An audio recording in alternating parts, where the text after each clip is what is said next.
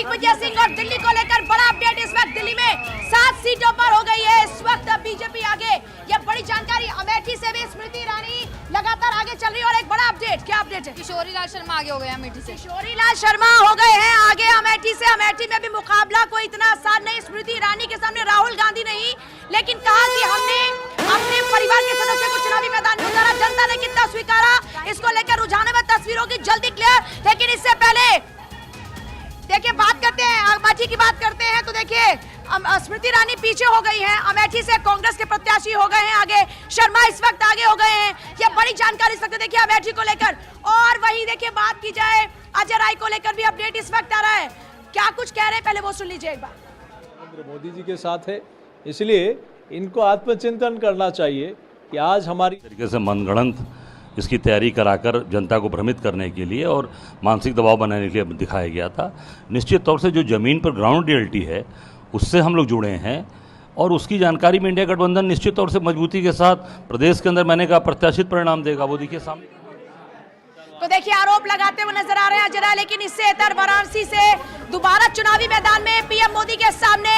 और अभी तक रुझानों में लगातार पीएम मोदी बढ़त बनाए हुए हैं। और अजय राय कह रहे हैं कि ये जो तमाम आंकड़े हैं, और शिवम त्यागी लगातार बने हुए हैं हमारे साथ में, हमारे तमाम इनफैक्ट जो खास मेहमान है वो बने हुए हैं। शिवम त्यागी, ये जो दक्षिण भारत में एंट्री की है केरला जैसे राज्य के अंदर, जहां पर कहा जाता था कि ये ऐसा भेद किला है जहां पर बीजेपी की कम से कम एंट्री नहीं होती, शुरुआती रुझान में 3 का आंकड़ा।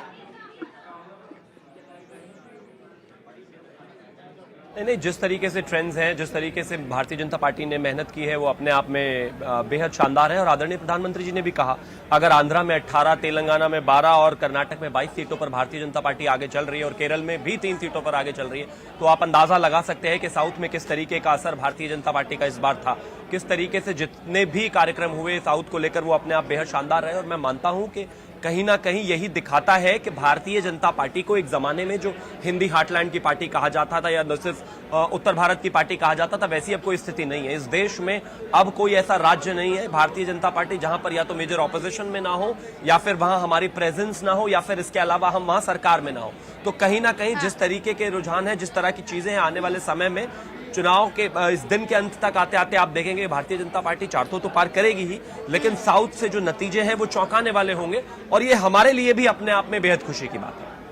लेकिन एक बड़ा अपडेट इस वक्त है खीरी से अजय मिश्रा टेनी, जिनको लेकर लगातार आलोचना की गई, किसानों के नाम पर उनको घेरा गया, वो इस वक्त आगे चल रहे हैं अजय मिश्रा टेनी। महिमा, ओवर टू यू। बिल्कुल, अमेठी से एक बड़ी खबर मिल रही है और अमेठी से बड़ी खबर ये है कि इस वक्त कांग्रेस पार्टी के उम्मीदवार फिलहाल आगे चल रहे हैं और अमेठी